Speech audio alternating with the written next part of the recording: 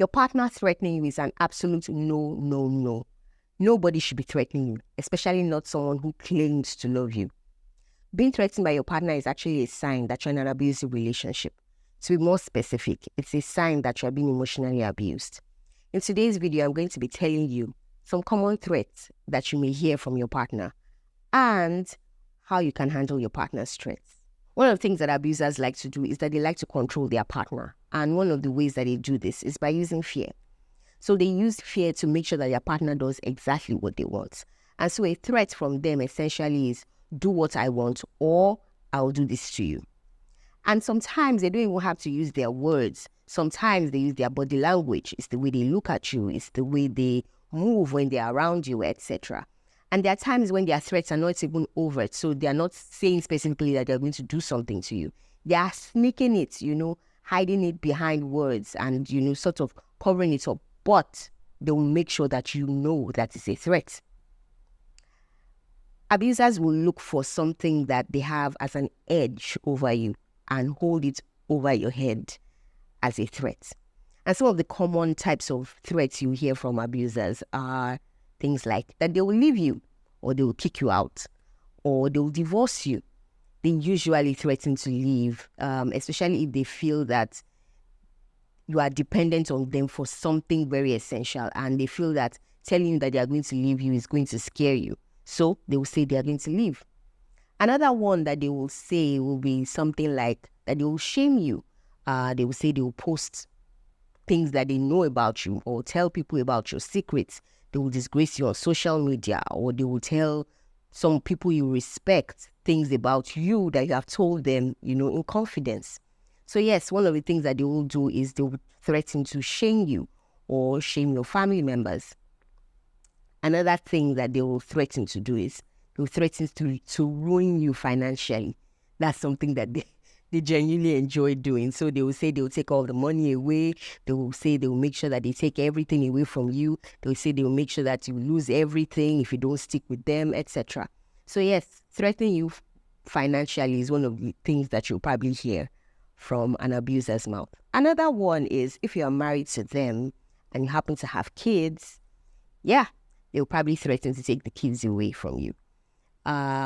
Because they know that you genuinely love your kids. Even if they really don't care about the kids. In fact, a lot of times, they probably don't care about the kids.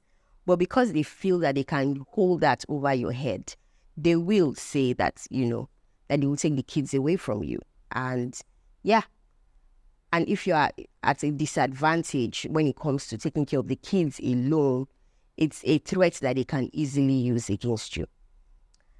The fifth threat I'm going to talk about is what I'll call very dangerous one, which is they'll threaten to hurt you or they'll threaten to hurt themselves. So they could threaten to hit you, threaten to, hit or hurt your family members or your pets, etc. But they could also threaten to hurt themselves.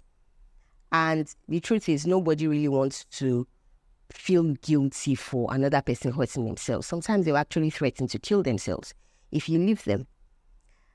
The reason I'm giving you some of these examples is so that if you've heard any of these threats, you know that it's actually quite common. It's something that they use. So how then do you deal with their threats? What exactly do you do when they, start with their threatening? As soon as your partner is threatening you, please seek professional help. Everything I'm going to be saying is just for advisory purposes, just to help you out, okay? But please seek professional help because cases differ, okay? And your situation could be different from another person's. So please seek professional help. Number one, I will say is that you should take their threats very seriously. Now, it's not about whether they're going to come through with it or not. It's the fact that they are thinking it. Somebody that you're in a relationship with or married to should not be thinking of deliberately trying to cause you harm. And they should not even be bold enough to say it, even if they are thinking it. Thinking it, saying it, absolute no. So the fact that your partner is bold enough to tell you that they are going to cause you some form of harm or the other is a sign that you should take them very seriously. Sometimes they may not go through with it. Sometimes they're just trying to scare you. But know that these people they are very, what will I call it now? They're very bitter people that can sometimes take things to the extreme. So please don't call their bluff. If they say that they are going to do something, please take them very seriously. Number 2, I would say be calm. Now, being calm around these people is extremely difficult. I know that from experience. Extremely difficult.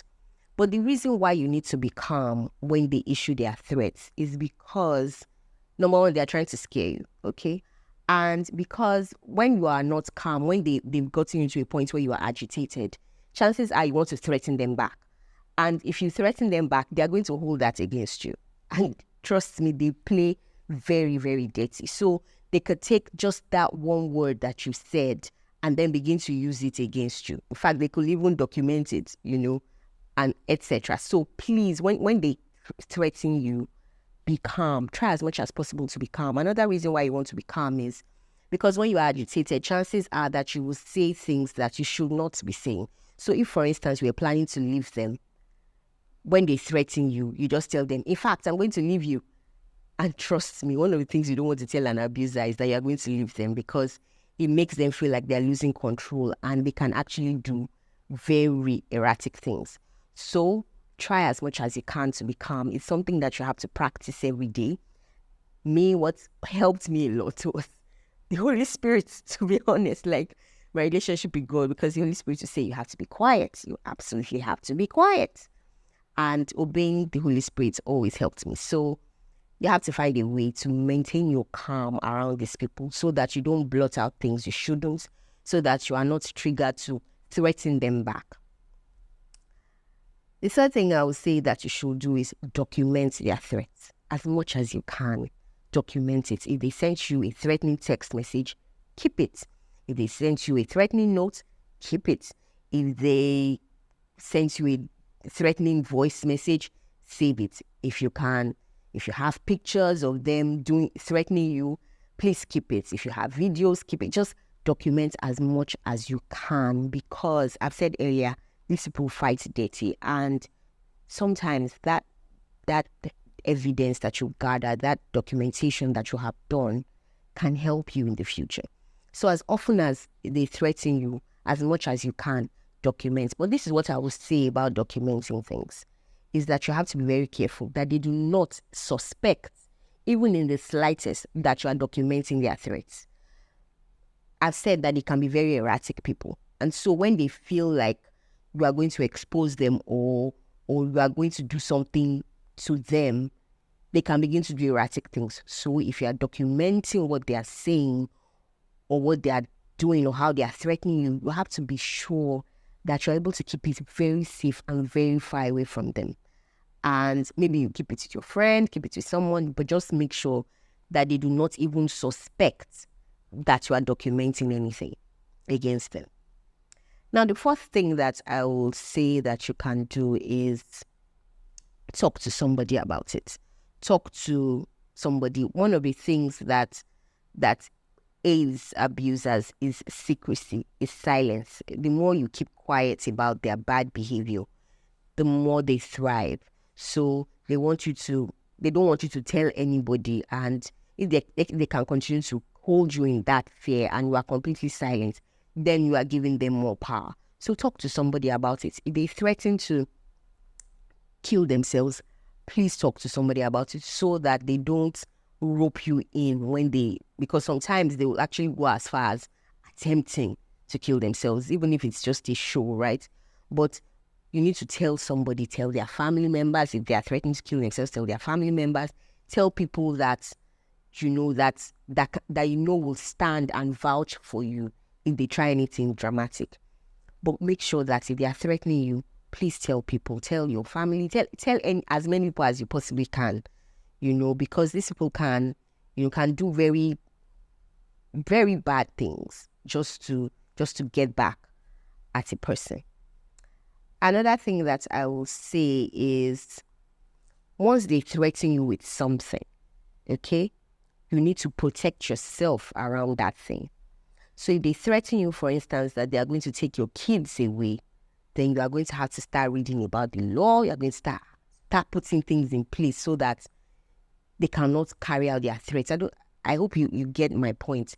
Whatever it is claim they are going to do, they threaten that they are going to leave you, better start planning to leave them. Yes, unfortunately, you cannot always predict them. So they may threaten to do this and do something else instead. But as many things that they threaten to do, as soon as you can, start protecting yourself around those things. They threaten that they're going to, bring you to financial ruin. Then you need to start looking for how to stash your money in strange places, just so that they cannot get a hold of it. If you're still with them, once they start to threaten you, you need to leave. Because you cannot continue to stay with somebody who enjoys scaring you, who takes pleasure in scaring you. And the truth is, they're not going to ever stop threatening. They're always going to keep threatening. They're always going to look for new ways to threaten and scare you.